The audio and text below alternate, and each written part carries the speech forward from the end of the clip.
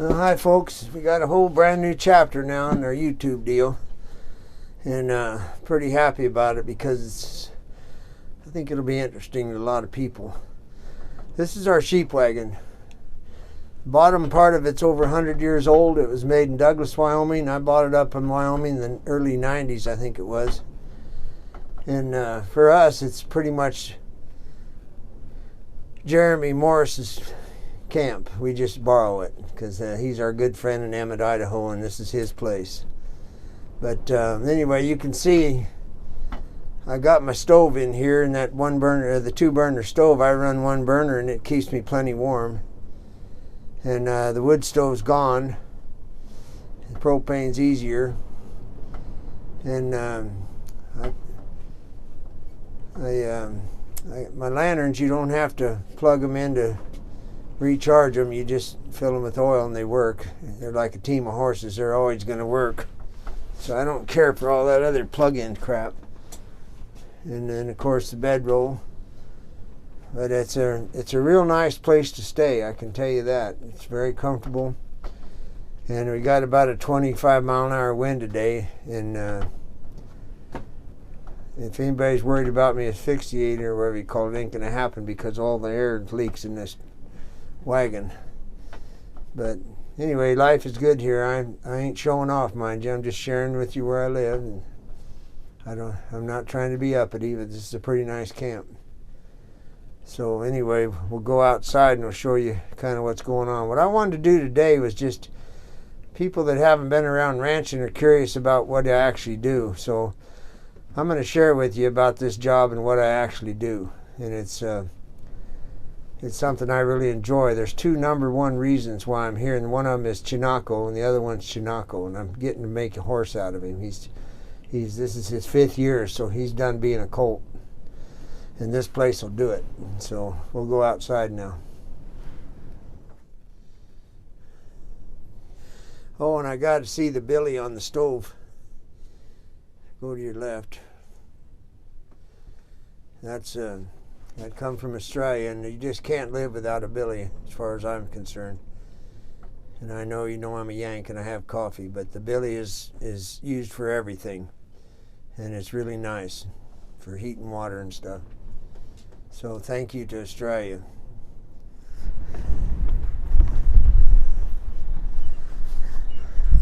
Well, folks, this is the camp.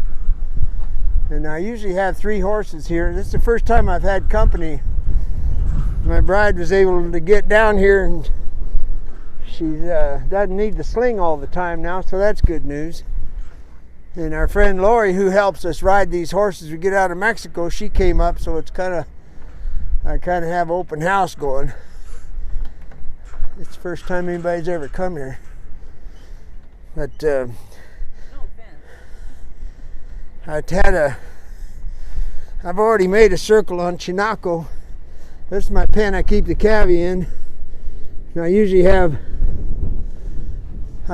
3 horses. Right now I've just got 2. And that number changes all the time. Anyway, I keep them on grain and hay because I ride them hard. I make 3 circles a day usually. And he went this morning, Chinaco did, so he's already been about probably 15 miles. And this will be the 2nd circle over here. And then this evening, depending on how this horse goes, he'll make the 3rd circle, or Chinaco will. I do the short circle in the afternoon. But to explain to you what we're doing here, we'll come over here.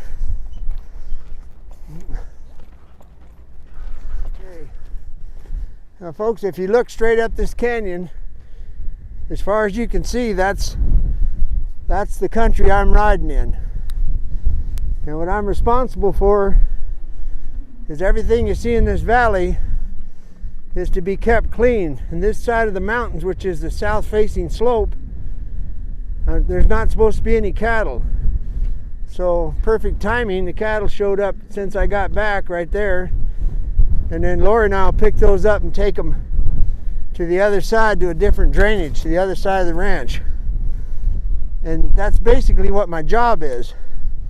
And what we're trying to do is we keep throwing the cattle together so they'll work as a mob and we can move them around the ranch.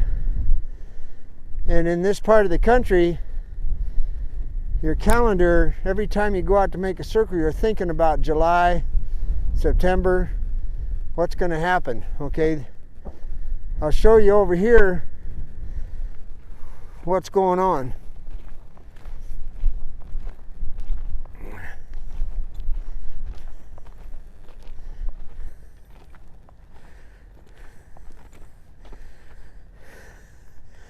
What's happening is because I don't allow the cattle to drink here during this time. So the grass and the fillery and the new grass, you can barely see it, but it's coming through here.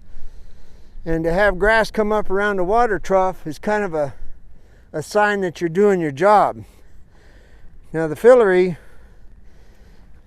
is here, and it'll turn into the highest protein plant on this ranch eventually, but not now. And there's three things that make this happen. We got sunlight, temperature, and moisture. So we've got the sunlight, we got the moisture, but we don't have the temperature. So when the temperature gets right and the window's right, then the grass will do what we call pop. Everything will take off.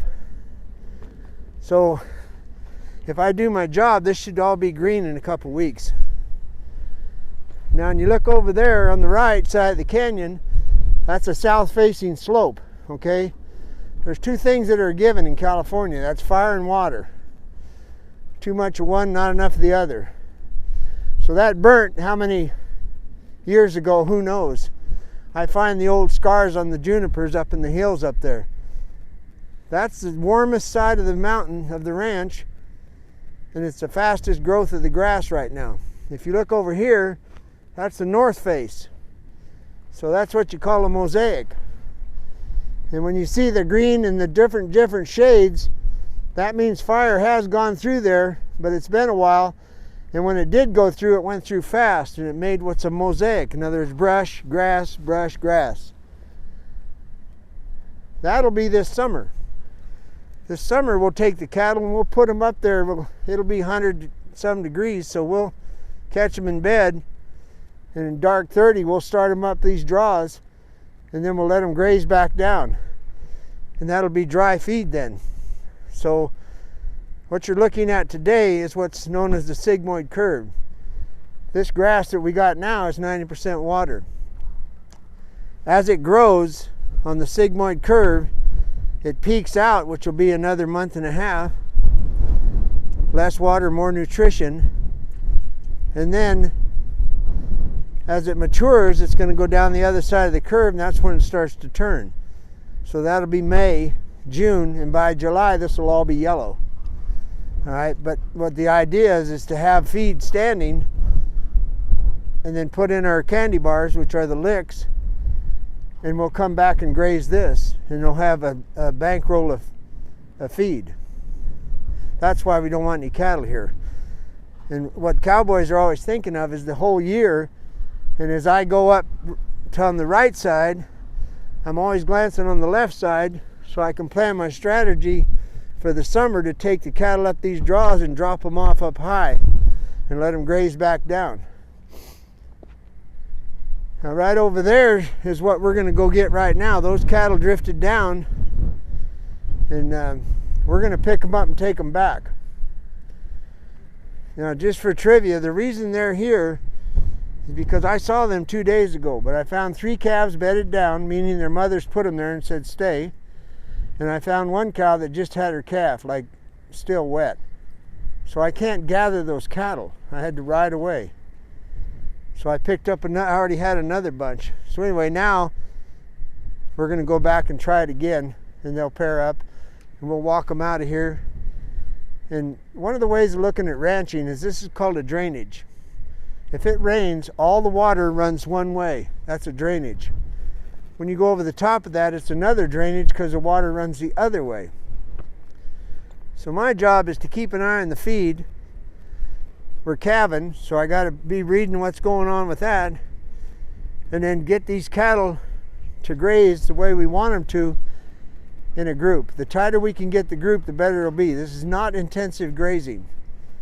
This is Cowboy, and this is managing cattle. We're putting them where we want with no fences right now. So that's kind of the big picture. And like I said, as I'm riding out in the morning, I go to the far end to make the big circle, and I'm looking up on the ridges, and I know where my second circle is going to be. And then I know where my third circle is going to be. I usually ride 3 a day. And they're 3 hours each, probably average, I don't know. The beauty of this deal is there's no watch. It's just you do what you do. So this is the perfect place to make a horse right there. That's what's going to make Chinaco. So there's the big picture, folks. Now, can you talk a little bit about fire? Now the fire's a given in California. Okay, you can see there's power lines. That's been one of the hard ones because of the wind which is going on, and the power lines, some fires get started that. Whenever we can, we try to graze underneath them and cut back on the fuel. Okay, it's one ranch, one guy, and I'm trying to get him to cut back on eat some of the feed so it won't burn so hot, okay? It's one giant step for man. The other thing is if I can trail cattle through that brush under the power lines, I do what we call the herd effect, and they break the branches down and they go on the ground. Okay, so now they're not up off the ground, which means a faster fire if they're up. If they're down on the ground, two things happen. When it does rain, the water will run down, hit the branches, hit the leaves, and slow it down. So now it goes in the ground instead of running off the ranch. I've said it before, but my goal is to make water walk. So when I go up some of these draws, I make a point once I get them pairs moving. Pairs you can't get in a big hurry. So when I get them lined out, I'll get off my horse and I start throwing rocks in what I used to call a coulee. It's a sharp draw at the bottom where there's water running as we speak. And I'm making a miniature dam, okay? That's a commitment to get off your horse and do it. That's your one little way of improving this whole thing. And a lot of people don't know that ranchers, they're constantly trying to keep this land good because they need it. And that's kind of what we're doing here. So grazing is it's not a science, it's common sense. Now I'm going to start taking temperatures of the north side, and farther up, we're at 3,000 feet and that's 5,000 feet up there. So on the north side, I'll take a temperature, because it's been frozen solid on the north side of the mountain recently, and I'll compare temperatures, and I just do it because I'm there anyway. It's trivia. So I can kind of find out 47 degrees the way I was taught, and going up means your grass is going to start coming. 57 is the mean temperature of the earth, so that tells you what the window is. So I can start checking the temperature and then compare it, and it basically just does me good to know what my growth rate is from high to lower elevations. Okay, Deb wanted me to elaborate on the mosaic. If you see the green, that's grass. Okay, if that was solid brush and 20 feet high, which is common in California, it would be an inferno. Absolute no way the firefighters are going to put it out. If you can make a mosaic like that, you got a chance of it not being so fast, and you got a chance of maybe doing something about it with the airdrops and things. But that also, now that's your cover for the quail, all the animals. Everybody has cover. Plus we get grazing. So that to me is a win-win on the side of that hill. Anything else? I'm just thinking of that reporter. Yeah, well this is the big picture of my job as a cowboy is to be paying attention to the cattle and the grass and the water. And that's what I love doing. This is my formal education, is grazing. So you're looking at it. So thank you very much. Okay? Well, it's a little interesting fact for you prairie pals that I know all over the country. I picked up 23 head of cows, and we're in calving season. There wasn't a calf on them. They're all springing. They're bred. But I've been pushing pairs all week long, and all of a sudden this morning I get 23. Does that mean last night they got together and said, all right, all you dries come with me?